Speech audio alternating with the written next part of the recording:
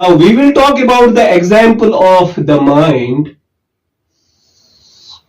and body interaction. Now let us understand how mind and body interact with the help of an example. For example, when we decide to pick up a cup of coffee, तो ये decision mind लेता है because we want to drink it. उसके बाद हमारी body decision को follow करती है and we move our hand to pick up the cup. So this example clearly captures the essence of dualism, that the mind thinks and decides and body acts, but they are two separate things working together.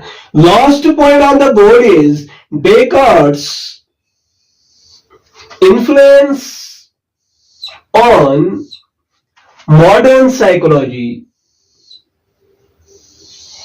Descartes का यह नजरिया कि body और mind अलग अलग है still influences modern psychology. Even psychologists study today how our thoughts and actions are connected. Fields like cognitive psychology and neuroscience आज भी इस कनेक्शन को समझने की कोशिश करते हैं. To cut a long story short, Descartes' theory is still a key topic in understanding the mind-body connection. Thank you for watching. This is all we have for today. If you found this video helpful, please give it a thumbs up and share it with others. If you are new to this channel, consider subscribing so that you can get the notifications of the upcoming videos as soon as I upload them. Inshallah, in the upcoming video, we will be discussing William Wundt's establishment of first psychological laboratory. So take care and I will see you in the next video.